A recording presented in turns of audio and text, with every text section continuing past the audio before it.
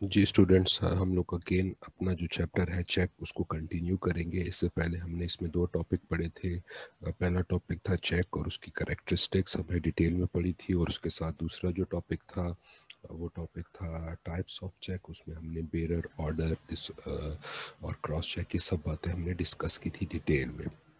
तो आज जो इस चैप्टर का तीसरा इंपॉर्टेंट पार्ट है that is dishonour of a cheque, कि चेक क्यों डिसऑनर होता है, why a banker refuses to pay amount when you present a check to him।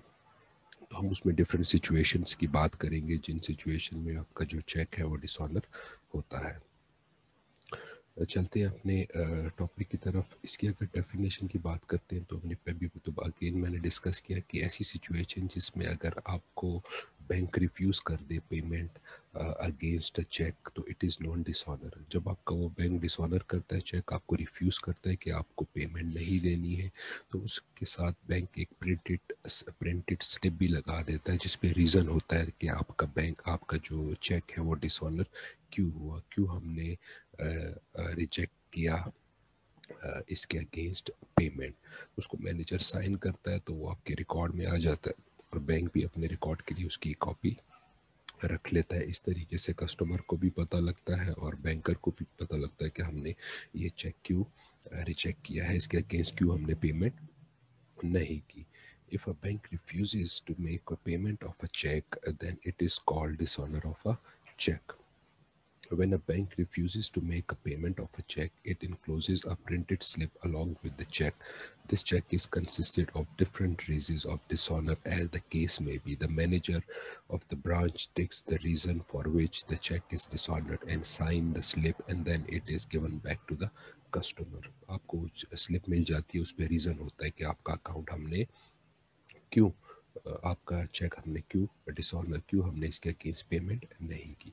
तो देयर आर डिफरेंट केसेस जो अभी हम डिस्कस करेंगे, सिचुएशंस जिसमें आपका चेक डिसऑनर हो सकता है। This is very important topic exam point of view से भी और general day to day affairs के लिए भी आपके लिए। First of all it is banking hours.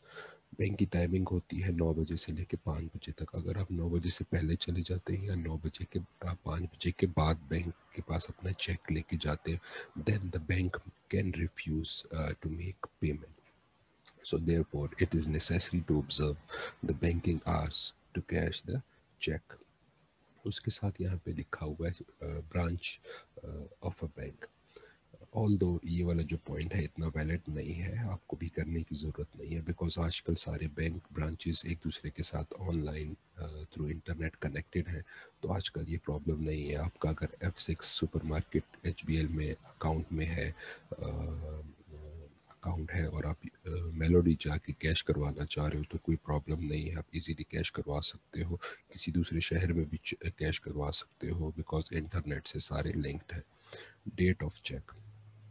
अगर आपने जो चेक प्रेजेंट किया है बैंकर को, उस पर डेट नहीं लिखी हुई, या डेट गलत जगह पे लिखी हुई है, या प्रॉपर वे में वो डेट नहीं लिखी हुई है, तो अगेन आपका चेक रिफ्यूज़ हो सकते हैं उसकी पेमेंट। Legal status. अगर चेक प्रॉपर तरीके से फिल नहीं हुआ, उस पर आपने नाम नहीं लिखा हुआ, उसमें आपने अमाउंट क्लियर नहीं लिखी हुई, उसमें आपने वर्ड्स में कुछ और अमाउंट लिखी हुई और फिगर्स में कुछ और अमाउंट लिखी हुई है, तो वो भी एक्सेप्टेबल नहीं होगा। उसको प्रॉपरली साइन करना है। उसके बाद है signature of a customer. Signature बहुत ज़रूरी है। सिग्नेचर के अलावा बगैर आपका जो साइन है वो बेकार है, उसका कोई फ़ायदा नहीं है। सिग्नेचर आपने वही सिग्नेचर करना है जो सिग्नेचर आपने अकाउंट ओपन करते वक्त स्पेसिमन कार्ड पे किया था। जो वही स्पेसिमन कार्ड पे जो आपने इनिशियली स्टार्ट में जो आपने साइन किया था वो बैंक के पास होता है, स्कैन करके उन्होंने आपके प्रोफाइल के साथ रखा होता है। जब भी आप फ्यूचर में चेक प्रेजेंट करते हो साइन के साथ, तो वो जो चेक पे साइन होता है उसको वो टैली करता है, वो जो स्पेसिमन सिग्नेचर कार्ड पे होता है। तो सिग्नेचर ज़रूरी है ना proper way. Prohibition. Prohibition of payment, रोकना, prohibition.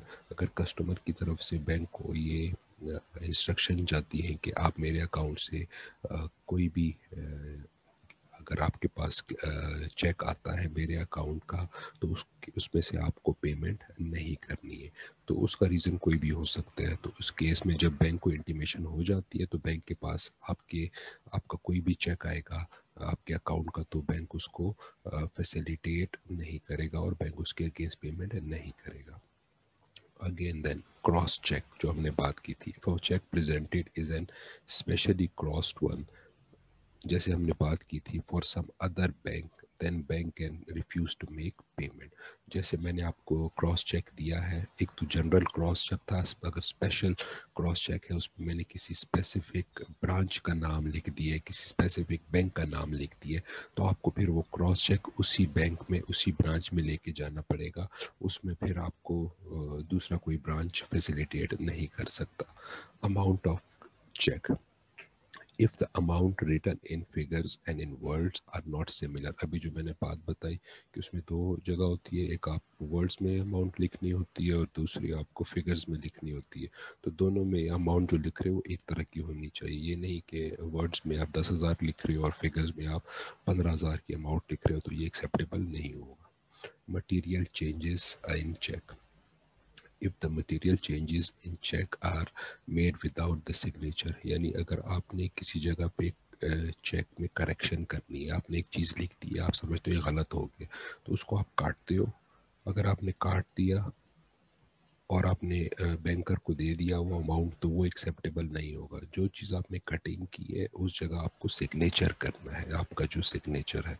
If the material changes in cheque are made without the signature of drawer then the bank can refuse to make payment of such a cheque. तो जिस जगह आपने कोई cutting की है वहाँ पे जो अकाउंट होल्डर है या ड्रॉअर है उसका सिग्नेचर मस्ट है। म्यूटिलेटेड चेक, खराब check, if the check is cracked, mutilated, torn, repair with tape और इट्स कंडीशन इज पुअर, बहुत ज़्यादा उसको तोड़ मरोड़ के आपने रखा हुआ है, then bank can refuse to make payment. तो जो भी चेक होता है उसको आप बहुत ज़्यादा फोल्ड नहीं करते हो, उसकी एहतियात करते हो। अगर आप वो फट गया है तो उसको टेप से नहीं जोड़ सकते हो। तो ये सब चीज़ों का आपको ख्याल रखना होता है। Closing of account, if account of a customer has closed for which the cheque, अगर आपका एक अकाउंट था वो क्लोज हो चुका है, किसी भी वजह से वो अकाउंट क्लोज हो चुका है और आप उस अकाउंट से पैसे निकलवाने के लिए आप चेक प्रेजेंट करते हो तो bank can refuse its payment. तो क्लोज अकाउंट से पेमेंट नहीं होती। Detaining of payment, if the bank is informed about certain check to detain its payment then the bank can refuse to make payment। अगर आपसे कोई check गुम जाता है, आपके पास तो रिकॉर्ड होता है, आप इमीडिएटली बैंक को इन्फॉर्म करते हो कि ये चेक नंबर अगर आपके पास आए तो आपने अमाउंट पे नहीं करनी है, तो बैंक अपने रिकॉर्ड में अपडेट कर लेता है। अगर आपका वो चेक कोई ले भी आता है तो बैंक उसके अगेंस्ट पेमेंट नहीं करता। उसके साथ है post dated cheque, if the date mention on the cheque is of future, अगर फ्यूचर के लेट से महीने बाद की डेट आपके चेक पे लिखी हुई है तो आपको महीना वेट करना पड़ेगा। उस टाइम से पहले जो डेट पड़ी हुई है उससे पहले आप कैश नहीं करवा सकते। Outdated cheque, if the date of issue of the cheque is older than 6 month, जैसे मैंने आपको पहले भी बताया 6 मंथ्स वैलिडिटी होती है चेक की। 6 महीने अगर गुजर गए तो उसके बाद वो वैलिड नहीं रहता। Order of prohibition, if the payment from a particular account is prohibited by court then the bank has the right to refuse to make payment of the check related to this account। Normally आपके bank की तरफ से account freeze हो जाते हैं, bank की तरफ से कोर्ट की तरफ से इंस्ट्रक्शंस आती है बैंक की तरफ कि आप इस पर्टिकुलर रीजंस की वजह से आप इस अकाउंट को ब्लॉक करते हैं, फ्रीज करते हैं, इस अकाउंट से आप अमाउंट किसी को नहीं देंगे। मोस्टली फैमिली केसेस में ये होता है। तो अगर ऑर्डर आ जाता है कोर्ट की तरफ से तो then again bank can refuse to make payment against the cheque. Lost cheque में भी वही बात आ जाती है, if the bank is inform about lost cheque then the bank does not make payment. अगर कस्टमर की तरफ से उसको बता दिया जाता है कि मेरा चेक गुम गया है लिहाजा आप इस पे वो ना करें, पेमेंट ना करें। Death, if customer is informed through reliable sources about death of the customer then the bank can refuse payment। अगर कस्टमर आपका डेथ, ल्यूनेटिक और बैंक करप्सी। आपका अगर कस्टमर की डेथ हो जाती है या उसका जहनी तवाज़ुन ख़राब हो जाता है, वो बैंकरप्ट हो जाता है और बैंक को प्रॉपर इंफॉर्मेशन रिलायबल सोर्स से पता लग जाता है इन कंडीशंस का, तो बैंक उसके बाद उस अकाउंट से पेमेंट नहीं करता। इरेगुलर क्रॉसिंग, जिस तरीके से हमने क्रॉसिंग ऑफ अ चेक की टाइप्स पढ़ी थी कि उसमें इरेगुलर क्रॉसिंग होती है। अगर आपने क्रॉस चेक प्रेजेंट किया है बैंक को, लेकिन उस पर जो लाइंस आपने ड्रॉ की हैं, जो हमने कहा था टॉप लेफ्ट कॉर्नर पे हम दो पैरेलल लाइंस ड्रॉ करते हैं, अगर वो लाइंस प्रॉपर सीक्वेंस में नहीं है तो bank can refuse to make again facilitate this cheque. Composition or description of check. If the description is made by pencil instead of pen, यानी आपको परमानेंट इंक से आपको चेक फिल करना है, आप पेंसिल से नहीं कर सकते हो। Incomplete or imperfect endorsement. If the check is not made in a proper way और if it is incomplete, then इस पॉइंट की ज़रूरत नहीं है, ये पहले ऑलरेडी हम बार बार डिस्कस कर चुके हैं। ट्रांसफ़र ऑफ अकाउंट, इसकी भी ज़रूरत नहीं है। टाइप ऑफ अकाउंट, इसकी भी ज़रूरत नहीं है। तो ये जो कंपोजिशन और डिस्क्रिप्शन तक है, ये पॉइंट्स आपको करने हैं। तो आज का ये बच्चे टॉपिक था जो हमने देखा। अब मैं आप सब लोगों को अनम्यूट कर रहा हूँ, किसी का कोई क्वेश्चन हो तो वो पूछ सकता है।